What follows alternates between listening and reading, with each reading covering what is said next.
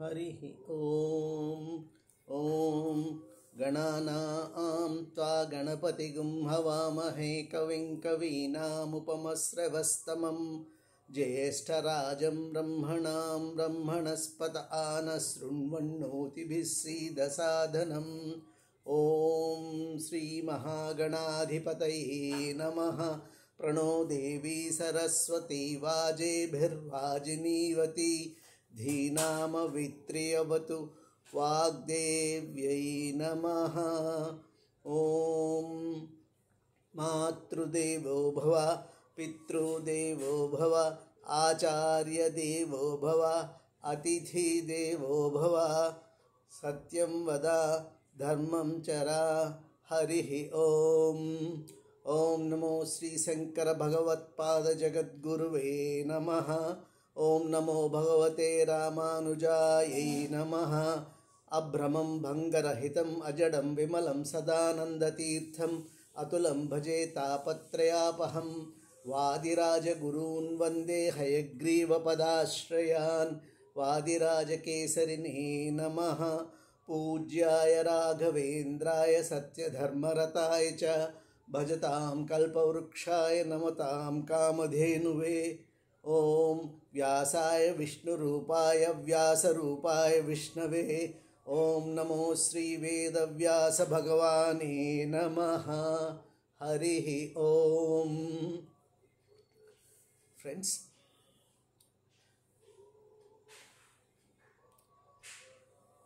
పురాణాలలో ఇంతకుముందు మనము సనాతన ధర్మ మూలాల గురించి చర్చించుకున్నాం. దానిలో వేదము, పురాణము, దర్శనము, ఇతిహాసము, ఈ నాలుగు they form the roots of Hindu philosophy. This we have discussed elaborately. పురాణాలు 18, వీటినే అష్టాదశ పురాణాలు అంటాం. వీటికి ఉపపురాణాలు ఇంకొక 18 ఉన్నాయి. కానీ అష్టాదశ పురాణాలు మెయిన్గా పురాణాలు 18. దానిలో శ్రీమద్ భాగవతం చాలా, అన్ని పురాణాలు గొప్పవే, బట్ భాగవతం స్పెసిఫిక్గా చాలా గొప్పది. ఎందుకంటే భగవత్ లీలలను వర్ణించేటటువంటి గొప్ప గ్రంథం భాగవతం. ఇప్పుడు భాగవతం ఎవరి చేత రచింపబడింది అంటే వ్యాస భగవానుల చేత సంస్కృతంలో భాగవతం రచింపబడింది. వ్యాసుల వారు వేద విభజన చేసిన తర్వాత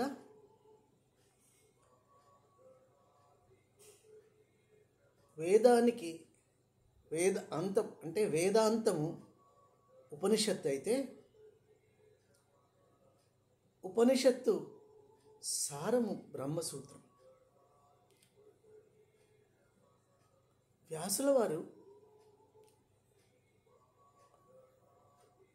ఉపనిషత్తులను, వేదాలను పరిశీలించి వాటి నుంచి ముఖ్యమైనటువంటి విషయాలను సంగ్రహించి సూత్ర రూపంలో బ్రహ్మసూత్ర రచన చేస్తారు. వీటినే మనము పూర్వమీమాంస అని కూడా అంటాం. ఇంతకుముందు దర్శనాల గురించి మనం తెలుసుకున్నప్పుడు దర్శన జ్ఞానంలో దర్శనాలు 6 షడ్దర్శనాలను గురించి మనం వివరంగా చర్చించుకున్నాం. దానిలో మీమాంసా జ్ఞానంలో పూర్వమీమాంస, ఉత్తరమీమాంస. పూర్వమీమాంస జైమిన్యాచార్యుల వారి చేత రచింపబడ్డది. ఉత్తరమీమాంస బాదరాయణ వ్యాసుల చేత రచింపబడ్డది. సో ఈ ఉత్తరమీమాంసనే బ్రహ్మసూత్రాలు అంటాం. దర్శన సాహిత్యం అంతా సూత్ర రూపంలోనే ఉంది. సూత్రం అంటే ఏమిటి? ఫస్ట్ అంటే సూత్ర రూపం అంటే సూత్రాన్ని ఏ విధంగా నిర్వచించినారంటే, ఏమాత్రము సందేహం లేకుండా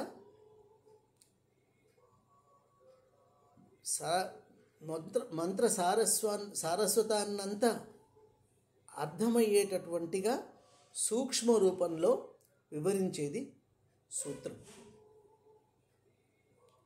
అల్పాక్షరం అసందిగ్ధం సారవత్ విశ్వతోముఖం అస్తోభ్యం అనవర్తం చ సూత్రం సూత్రవిదో విదుహు అంటారు. సో బ్రహ్మసూత్రాలు అంటాం వాటిని, ఉత్తరమీమాంసను. సో బాదరాయణ వ్యాసుల వారు బ్రహ్మసూత్ర రచన గావిస్తారు. గావించిన తర్వాత ఆయనకు ఏదో తెలియని వ్యాకులత ఏర్పడుతుంది.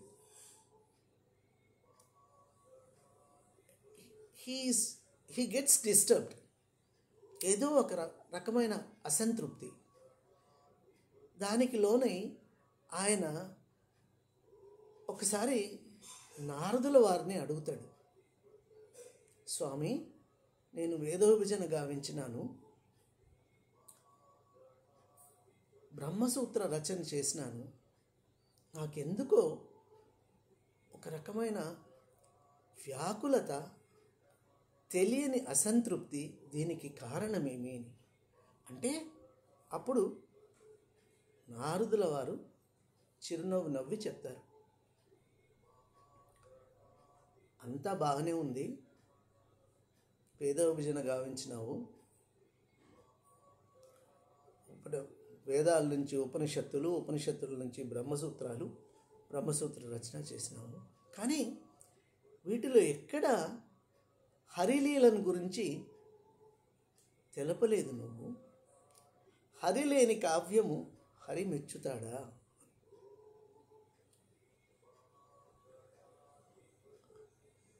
అని నారదులు వారు చెప్తారు. హరినామస్మరణ చేయు కావ్యము సువర్ణాంభోజ హంసావళి సురుచి భ్రాజితమైన మానస సరస్ఫూర్తిన్ వెలుంగొందు. హరినామస్తుతి లేని కావ్యము విచిత్రార్థాన్వితంబై శ్రీకరమయ్యుండదయోగ్య దుర్మలిన మత్కాకోల గర్తాకృతిన్ అంటాడు. అంటే హరినామస్తుతి చేయు కావ్యము అంటే ఏ కావ్యంలో అయితే హరి లీలలు, హరి గురించి వర్ణింపబడుతుందో అది మానస సరోవరమంత స్వచ్ఛంగా ఉంటుందంట. ఏ కావ్యంలో అయితే హరినామ కీర్తన ఉండదో ఆ కావ్యము ఈ పాడుబడిన జీవాలన్నీ, అంటే మరణించిన జీవాల మృతకళేవరాలన్నీ వేస్తే ఒక మడుగులో ఎంత దుర్గంధము, దుర్వాసన వస్తుందో ఆ విధంగా ఉంటుందంట. కాబట్టి నువ్వు ఎక్కడా హరిలీలను వర్ణించలేదు. కాబట్టి హరిలీలను వర్ణిస్తూ ఒక కావ్యరచన చేయి, నీకు సంతృప్తికరమైన సమాధానం లభిస్తుంది, ఊరట కలుగుతుంది, దాని ద్వారా నువ్వు జనులందరినీ తరింపజేస్తావు అని నారదులు వారు చెప్తారు. సో ఆ ప్రేరణతో వ్యాసుల వారు భాగవత రచనకు పూనుకుంటారు. అది సంస్కృతంలో ఆయన భాగవతాన్ని రాస్తారు. భాగవతం అంటే ఏమిటి? భగవత్ లీలామృతమే భాగవతం. ఆ భాగవతాన్ని పోతనామాత్యుల వారు తెలుగులో అనువదిస్తారు. ఆ ఫస్ట్లోనే అంటే ఈ భాగవతానికి ఎందుకు అంత ఇంపార్టెన్స్ అంటే పోతన వారే చెప్తారు. నిగమంబులు వేయి చదివినను సుగమంబులు గావు ముక్తి శుభగత్వంబుల్. సుగమంబు భాగవతమును నిగమంబు పఠింప ముక్తి నివసనము బుధా అంటాడు. అంటే నిగమము అంటే వేదం. వేదాన్ని 1000 సార్లు చదివినా పుణ్యం కలుగుతుందో లేదో తెలియదు, కానీ భాగవతం అనే గ్రంథాన్ని ఒక్కసారి పఠిస్తే సులభంగా ముక్తి లభిస్తుంది అని సారాంశం ఈ పద్యానికి. తర్వాత ఆ పోతన వారు ఎంత వినమ్రశీలి అంటే ఆయన ఫస్ట్లోనే చెప్తారన్నీ. పలికిడిది భాగవతమట, పలికించు విభుండు రామభద్రుండట, నే పలికిన భవహర మగునట, పలికిదవే రెండుగాత పలుకగనేలా అంటారు. అంటే నేను రాయటానికి పూనుకున్నప్పటికీ భాగవతం నా చేత పలికింపచేసేటటువంటి వాడు రామభద్రుడు. నేను పలికేది భాగవతము, నేను నేను పలికేటట్లుగా ప్రేరణ కూర్చేవాడు శ్రీరామచంద్రమూర్తి. ఆయన అనుగ్రహంతోనే నేను ఈ గ్రంథం రాస్తున్నాను. నేను ఈ గ్రంథం రాసి ఈ గ్రంథం ద్వారా అందరికీ కామ్యాలను తీర్చగలిగితే, అంటే అందరినీ భవసాగరాన్ని దాటించేటటువంటి ఉత్తమమైన గ్రంథరచన నాకు చేసే అవకాశము నాకు భగవత్ కృప వలన కలిగినప్పుడు నేను వేరే గ్రంథాన్ని ఎందుకు రచిస్తాను అని అంటారు. తర్వాత he's translating the work from Sanskrit to Telugu.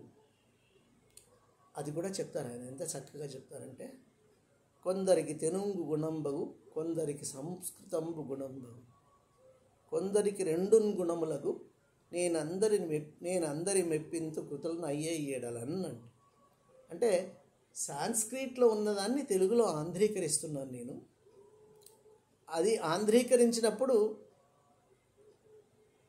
దానిలో ఆటోమేటిక్గా సాంస్క్రిట్ వస్తుంది. కొంతమందికి సంస్కృతం ఇష్టం ఉంటుంది, కొంతమందికి తెలుగు ఇష్టం ఉంటుంది. నేను రెండు భాషలను సమన్వయపరచుకొని అందరినీ మెప్పించే గ్రంథం ద్వారా అందరినీ మెప్పించే ప్రయత్నం చేస్తాను అని అంటారు. తర్వాత ఆయన ఇంకొక మాట కూడా చెప్తారు. నా పుణ్యమేమో ఒనరన్నన్నయ తిక్కనాది కవులు ఈర్విన్ పురాణావళిన్ తెనుగుంచేచు మత్పురాకృత శుభాధిక్యంబుదానెట్టిదో తెనుగుంచేరు మున్ను భాగవతమున్ దీనిని తినింగించి మజ్జననంబు సఫలంబు చేసేద పునర్జన్మంబు లేకుండగన్ అంటారు. అంటే నేను ఎంత పుణ్యం చేసుకున్నానో, నా పుణ్యభాగ్యం వల్లే నన్నయ్య తిక్కన వాళ్ళు మహాభారతాన్ని ట్రాన్స్లేట్ చేస్తారు, తెలుగు ఆంధ్రీకరిస్తారు. ఈ గ్రంథాన్ని వదిలివేసినారు. ఆ అవకాశం నాకు లభించింది. నేను గత జన్మంలో ఎంతో పుణ్యం చేసుకున్నాను కాబట్టి ఈ అవకాశం నాకు లభించింది. ఈ చక్కటి అవకాశాన్ని వినియోగించుకొని నేను భాగవత గ్రంథరచన చేసి తద్వారా పునర్జన్మ లేకుండా ముక్తి పొందే ప్రయత్నం చేస్తాను అంటారు ఆయన. ఎందుకంటే కవులలో అంత వినమ్రశీలి ఎవరు అంటే పోతనామాచులు వారే. కవి అంటే సరస్వతి కటాక్షం కలిగిన వాళ్ళు సరస్వతి పుత్రులు. ఒక్కచోట కాకపోతే చోటైనా కొంచెం అహంకారం జనిస్తుంది. కానీ పోతన వారి రచనలోను ఆయన చరిత్రలోను ఇన్ఫ్యాక్ట్ ఆయన ఎక్కడ కూడా గర్వం ఉన్నట్టుగా ఎక్కడా మనకు కనిపించదు. అంత గొప్పగా కావ్యం రచించినప్పటికీ ఆయన చాలా వినమ్రశీలిగానే ఉంటారు. ఇది ఆయన గొప్పతనం. తర్వాత ఆయన గ్రంథరచనకు పూనుకుంటారు. గ్రంథరచనకు పూనుకోని తర్వాత ఫస్ట్ భాగవతం అంటే ఏమిటి అది కూడా చెప్తారు. భాగవతము తెలిసి పలుకుట చిత్రంబు సూలికైన దమ్మి చూలికైన. అంటే ఈ భాగవతాన్ని గురించి చెప్పడానికి, అంటే భగవత్ లీలను వర్ణించడానికి బ్రహ్మకే సాధ్యం కాదు. శూలి అంటే శివుడు, మహానుభావులు వాళ్ళు, పరమదేవుళ్ళు. వాళ్ళకే సాధ్యం అవుతుందో కాదు. విబుధ జనుల వలన విన్నంత కన్నంత తెలియవచ్చినంత తేటపరుతూ ఉంటారు. అంటే నేను పఠనం ద్వారా గ్రహించిన దాన్ని, తర్వాత భక్తుల ద్వారా వాళ్ళ అనుభవాల ద్వారా తెలుసుకున్న దాన్ని, అవగాహన చేసుకున్న దాన్ని నాకు వీలైనంత వరకు నేను రచించి అందరినీ మెప్పించే ప్రయత్నం చేస్తాను అని అంటారు. అంటే రచనకు పూనుకోని తర్వాత మొట్టమొదటి శ్లోకంలోనే ఆయన హీ టెల్స్ సారస్వతం చెప్పేస్తారు. What is the purpose of Bhagavatam? ఎందుకు మనం భాగవతం చదవాలి? జీవితంలో ఏ గ్రంథం చదివినా చదవకపోయినా భాగవతం మాత్రము ఒక్కసారి ఖచ్చితంగా మనం చదవాలి. ముఖ్యంగా తెలుగు అంత గొప్ప కావ్యము. తెలుగులో అఫ్కోర్స్ అన్నీ గొప్పవే, దేన్ని కంపేర్ చేయడానికి లేదు. అయినప్పటికీ భాగవతాన్ని ఆయన రచించిన తీరు పరమహర్షణీయం. అంత కొన్ని అసలు కొన్నింటికి దే నీడ్ నో ఎక్స్ప్లెనేషన్. ఎవరికైనా చదువుతుంటే అర్థమైపోతుంది. అంత సింపుల్గా ఉంటాయి పద్యాలు. గజేంద్ర మోక్షంలో ఉదాహరణకు చెప్తే, గజేంద్ర మోక్షంలో చెప్తారు ఆయన, నీరాట వనాటంబులకు పోరాటం బెట్లు కలిగే పురుషోత్తము చే నారాట మెట్లు మానేను ఘోరాట విలోని భద్ర కుంజరమనకున్న.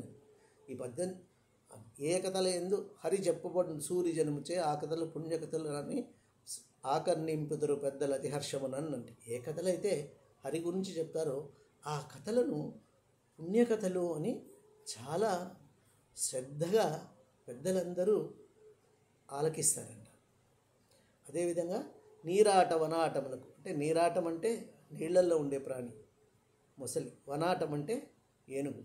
ఆ రెండిటికి ఎందుకు పోరాటం జరిగింది, ఆ పోరాటంలో నేను ఎట్లా బయటపడతాను అని భగవంతుడిని ప్రార్థించినటువంటి గజేంద్రుని ఆరాటము ఎట్లు తీర్చినాడు భగవంతుడు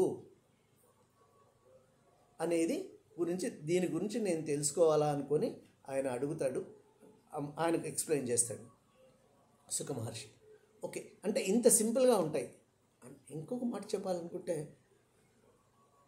ప్రతి ఒక్కటి అంటే అట్లానే అన్నీ ఇటువంటి పద్యాలే ఉండవు, కొన్ని కాంప్లికేట్ అంటే సాంస్క్రిట్ మిక్స్ అయిన పద్యాలు కూడా కొన్ని ఉంటాయన్నమాట.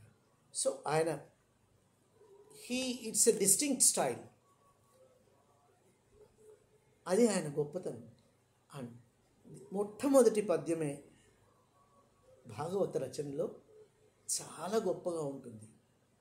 అంటే నేను ఏమి ఆశించి ఈ గ్రంథరచన చేస్తున్నాను, ఈ గ్రంథరచన పర్పస్ ఏమి అని సారస్వతము అంటాం. భాగవత సారస్వతాన్నంతా మొట్టమొదటి పద్యంలోనే ఆయన ఇనుమడింపచేస్తారు. శ్రీకైవల్య పదంబు చేరుటకునై చింతించదన్, లోకరక్షైకారంభకు భక్తపాలన కళా సంరంభకు దానవోద్రేక స్తంభకు కేళిలోల విలస దృగ్జాల సంభూత నానాకంజాత భవాండ కుంభకు మహానందాంగనాడింబకున్ అంటారు అని చెప్పేస్తాడు. అంటే శ్రీకైవల్య పదంబు అంటే what is the ultimate aim of this book is అంటే కైవల్య పదం, మోక్షాన్ని కోరుకోవడం, ముక్తి ప్రసాదించమని భగవంతుడిని కోరుకోవడం. That is the very purpose of writing this book. And reading that book is also will provide, అంటే మనకు ఆ పుస్తకము చదవడం మూలాన, ఆ గ్రంథ పఠనం ద్వారా మనకు మోక్షం లభిస్తుంది. శ్రీకైవల్య పదంబు కోరుటకునై చింతించదన్ అంటే ఎప్పుడూ ముముక్షత్వాన్ని కలిగి ఉంటాను, అంటే మోక్షం మీద అపేక్ష కలిగి ఉండడం మోక్షత్వం. భక్తపాలన కళా సంరంభకు అంటే భక్తి అనేదే ఒక కళ, ఆ భక్తులను రక్షించేది ఇంకా గొప్ప కళ. ఎవరు ఆయన రక్షించేటటువంటి వాడు అంటే విష్ణువు, పరబ్రహ్మ. భక్త పాలన కళా అంటే ఏ విధంగా ఆయన భక్తులను రక్షిస్తాడంట. సో భక్త పాలన కళా సంరంభకు దానవోద్రేక స్తంభకు అంటే దానవులు చాలా ఉద్రేకం కలిగి ఉంటారు, దుర్మార్గులు. సో ఎప్పుడైతే దుర్మార్గం పెరిగిపోతుందో అప్పుడు ఆ దుర్మార్గం నుంచి ఉపశమనం కలిగించడానికి, భక్తులను రక్షించడానికి ఆయన పూనుకుంటాడు. అంటే ఆ దానవుల ఉద్రేకాన్ని స్తంభింపచేసేటటువంటి వాడు హరి. కేడిలో లవలస దృగ్జాల సంభూత నానా కంజాత భవాండ కుంభకు అంటే ఒక లిప్త మాత్రంలోనే ఆయన సృష్టి చేయగలుగుతాడు, సంహరించగలుగుతాడు, పెంపొందింప చేయగలుగుతాడు. ఆయన లీల ఇదంతా. సో అటువంటి ఈ సృష్టినంతా చేయగలిగినటువంటి గొప్పవాడైనటువంటి శ్రీహరికి. అండ్ ఎవరైనా ఆయన బృందావనంలో ఉండేటటువంటి నందుని కుమారుడు శ్రీకృష్ణుడు. ఆయనకు నేను నమస్కరించి నేను ఈ కావ్యరచన చేస్తున్నాను. అంటే అంటే ఆనంద స్వరూపుడు ఆయన కృష్ణుడు. ఆయనకు నమస్కరించి ఈ కావ్యరచన నేను చేస్తున్నాను అని మొట్టమొదటి పద్యంలో ఆయన చెప్తారు. ఇది సారస్వతం ఈ భాగవత గ్రంథానికి మొత్తం. నౌ అండ్ దీనికి ముందు ఆయన first he has to pray. ఆయన ప్రేయర్ కూడా ఎలా ఉంటుందంటే ఈశ్వరుడికి నమస్కారం చేస్తారు. ఫస్ట్ ఈశ్వరుడికి నమస్కారం చేసి అండ్ ఇట్స్ ఏ వండర్ఫుల్. ఆ డిస్క్రిప్షన్ ఎలా ఉంటుందంటే వాలిన భక్తి మొక్కెద నవారిత తాండవ కేళికి దయాశాలికి శూలికిన్ శిఖరిజా ముఖ పద్మ మయూక మాలికి బాల శశాంకమౌళికి కపాలికి మన్మథ గర్వ పర్వతోన్మూలికి నారదాది ముని ముఖ్య మనస్సరసీరు హాళికిన్ అంటాడు. అంటే వాలిన భక్తి మొక్కెదా అంటే నేను భక్తితో వాలి అంటే సమర్పించుకోవడం, బెండవడం. వాలి సంపూర్ణంగా భక్తితో నమస్కరించి నవారిత తాండవకేళి చేసేవాడు ఎటువంటి వాడు? ఆయన పరమేశ్వరుడికి భక్తితో నమస్కరించి దయాశాలికి ఆయన ఎంతో దయగలిగినటువంటి వాడు. శూలాన్ని ధరించినటువంటి వాడు. శిఖరిజ పద్మ మయూఖమాలికి అంటే శిఖరిజ అంటే ఆమె హిమవంతుని కూతురు పార్వతీదేవి. పద్మం వంటి మొహం కలిగినటువంటి అందమైన మొహం కలిగినటువంటి పర్వతరాజ తనయైన పార్వతీదేవికి ఆమె భర్త ఆయనకు నమస్కరించి బాల శశాంకమౌళికి కపాలాన్ని ధరించినవాడు. మన్మథ గర్వ పర్వతోన్మూలికి అంటే ఎవరైతే మన్మథుని గర్వాన్ని హరిస్తారో ఆయన. అంతేకాకుండా నారదాది ముని ముఖ్య మనస్సరసీరు హాళికిన్ అంటే నారదుడు మునులు ఎవరికైతే ఆహ్లాదాన్ని కలిగించి తరింపచేస్తాడో అటువంటి ఈశ్వరునికి నమస్కరించి నేను ఈ కావ్యం రాస్తున్నాను అని చెప్తాడు. అమ్మల గన్నయమ్మ ముగురమ్మల మూలపుటమ్మ చాలా పెద్దమ్మ సురార్లమ్మ కడుపారెడి బుచ్చడి అమ్మ తన్నులో నమ్మిన వేల్పుటమ్ముల మనమ్మల నుండి దుర్గమాయమ్మ కృపాప్తి నిశ్చిత మహత్వ కవిత్వ పటుత్వ సంపదల్ అంటాడు. అంటే అమ్మవారి గురించి స్తోత్రం చేస్తూ అమ్మవారి దయ నాకు ఉండాలి, అమ్మవారి దయతోని అన్ని సంపదలు అమ్మవారే కలుగు చేస్తారు. అమ్మల గన్నయమ్మ ముగురమ్మల మూలపుటమ్మ అంటే శక్తి. ఆమె నన్ను ఆశీర్వదించి నాకు అన్నీ దీని కావ్యరచనలో తోడ్పడి ఈ గ్రంథం కావ్యరచన సంపూర్ణంగా జరిగేటట్టుగా నన్ను ఆశీర్వదించుగాక అని నమస్కారం చేస్తాడు.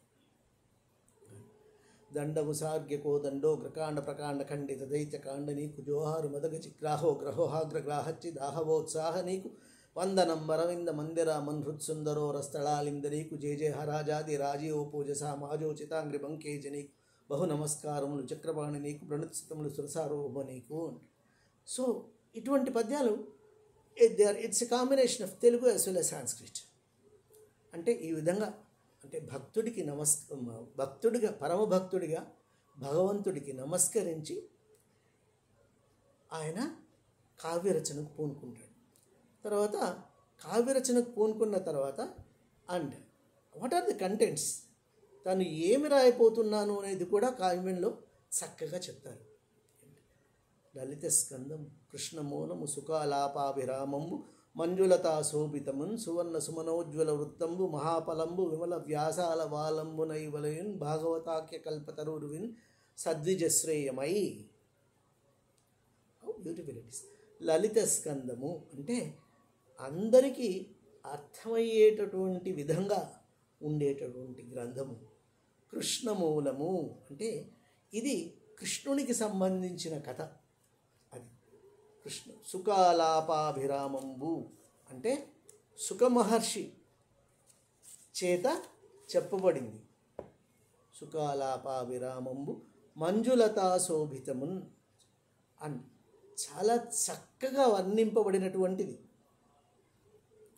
సువర్ణ సుమనోజ్వల వృత్తము ఉజ్వలమైనటువంటి విషయం కలిగినటువంటిది, అంటే ముక్తిని ప్రసాదించేటటువంటిది. మహాఫలము అండ్ దాని ఫలం ఎంత అని చెప్పలేం, అంత గొప్ప గ్రంథం ఇది. అంటే అల్టిమేట్గా మోక్షాన్ని కలుగజేస్తుంది అంటే అంతకంటే ఫలప్రదాయమైనది ఏది ఉండదు. విమల వ్యాసాల వాలంబునై అంటే వ్యాసుల వారి చేత రచింపబడినటువంటి గ్రంథము. భాగవతాఖ్య అంటే అటువంటి గ్రంథాన్ని నేను రచిస్తున్నాను. ఏ విధంగా అంటే సద్విజశ్రేయమై అంటే ఈ గ్రంథం చేత సజ్జనులు ద్విజులు ఉద్ధరింపబడతారు. అంటే సద్విజ అంటే సత్ అంటే భక్తి కలిగిన వాళ్ళు అని ఇక్కడ రెండు వస్తాయి. సద్విజశ్రేయ సత్ అంటే ఆ పరబ్రహ్మ అంటే పరబ్రహ్మ భక్తులు. ద్విజుడు సద్విజుడు అంటే 2 జన్మలు కలిగినటువంటి వాడు బ్రాహ్మడు. సద్విజుడు అంటే అంటే ఎవరైతే బ్రహ్మను ఎరిగినారో అంటే దేవుడి గురించి అవగాహన దేవుడు పరబ్రహ్మ బ్రహ్మ అంటే కృష్ణుడు అంటే ఆయనే మనకు శివుడు కృష్ణుడు అని కూడా అంటాము. సో ఆయన గురించి అవగాహన ఎవరికి కలిగిందో వాళ్ళ చేత అందరినీ ఉద్ధరింపజేసే ప్రయత్నం చేయబడింది అని చెప్తారు. అండ్ ఇది ఈ కావ్యం ఒక గొప్పతనం. అక్కడ ఆ విషయం చెప్పేస్తాడు ఆయన. తర్వాత హీ టెల్స్ ఏమంటే ఈ కావ్యాన్ని కృతి సమర్పణం ఇది ఎవరికి అంకితం చేస్తారు అని. అంటే యూజువల్గా ఏంటంటే మనం ఏదైనా ముఖ్యంగా ఆ రోజుల్లో ఏదైనా కావ్యరచన చేసినప్పుడు ఆ కావ్యాన్ని ఎవరికో ఒకరికి అర్పణ చేస్తారు, అంకితం చేస్తారు. ఈ కృతి అంటే ఈ కావ్యము ఎవరికి సమర్పించినాడు అంటే ఆయన అది కూడా ముందే చెప్పేస్తారనమాట. అది హారికి నందగోకుల విహారికి చక్రసమీర దైత్య సంహారికి భక్త దుఃఖజన పరిహారికి గోప నితంబని మనోహారికి దుష్ట సంపద హారికి ఘోషకుటి పయోభృతాహారికి బాలక గ్రహ మహాసుర దుర్వనితా ప్రహారికి అంటాడు. అంటే హారికి అంటే అన్నీ హరించేటటువంటి వాడు కృష్ణుడు. నందగోకుల విహారికి నందగోకులంలో విహరించినటువంటి వాడు. చక్రసమీర దైత్య సంహారికి అంటే చక్రాన్ని ధరించి దైత్యులను సంహరించేటటువంటి వాడు, భక్తుల దుఃఖాన్ని తొలగించేటటువంటి వాడు అని గోపికలకందరికీ ఆహ్లాదాన్ని కలిగించినటువంటి వాడు, దుష్టులు ఎవరైతే దుష్టులు ఉంటారో దుష్టులందరినీ సంహరించినటువంటి వాడు. అండ్ బాలక గ్రహ మహాసుర దుర్వనితా ప్రహారికిన్ అంటే ఇక్కడ పోతన అని చెప్పుకోవచ్చు మనం. ఎందుకంటే ఆ పోతన అనే రాక్షసి పిల్లలందరినీ చంపేస్తూ ఉంటుంది. ఆమెను అటువంటి దుర్వనితను సంహరించినటువంటి కృష్ణమూర్తికే అంటే ఆయన కావ్యము ఆయనకే నేను అంకితం చేస్తున్నాను అని చెప్పేస్తాడు. These are all the only excerpts of few poems, shlokas అంటే కొన్ని అంటే ప్రారంభానికి సంబంధించిన శ్లోకాలు. వాటిలో కూడా నేను కొన్నే తీసుకున్నాను. అండ్ దీని గురించి మనం ఒక్కొక్క అండ్ భాగవతంలో గొప్పతనం ఏమంటే ప్రతి అధ్యాయము గొప్పదే. ముఖ్యంగా సప్తమ, అష్టమ, నవమ స్కందాలు చాలా గొప్పగా ఉంటాయి. వాటిల్లో వచ్చేది గజేంద్ర మోక్షం గురించి తెలియని వారు ఉండరు. తర్వాత మనకు ఈ వామనావతారం, అది కూడా చాలా గొప్పగా ఉంటుంది. అండ్ ఒక్కొక్క ఎపిసోడ్ మనము ఆయన రచనా శైలి గురించి డిస్కస్ చేస్తూ పోవచ్చు. అండ్ ఇవాళ ఊరికే పరిచయ కార్యక్రమం మాత్రమే అనుకున్నాం కాబట్టి ఇవాళ ఇంతటితో మనం ముగిస్తాం. ఓం నమో నారాయణాయ. Thank you. శ్రీరామ శ్రీరామ శ్రీరామ శ్రీరామ.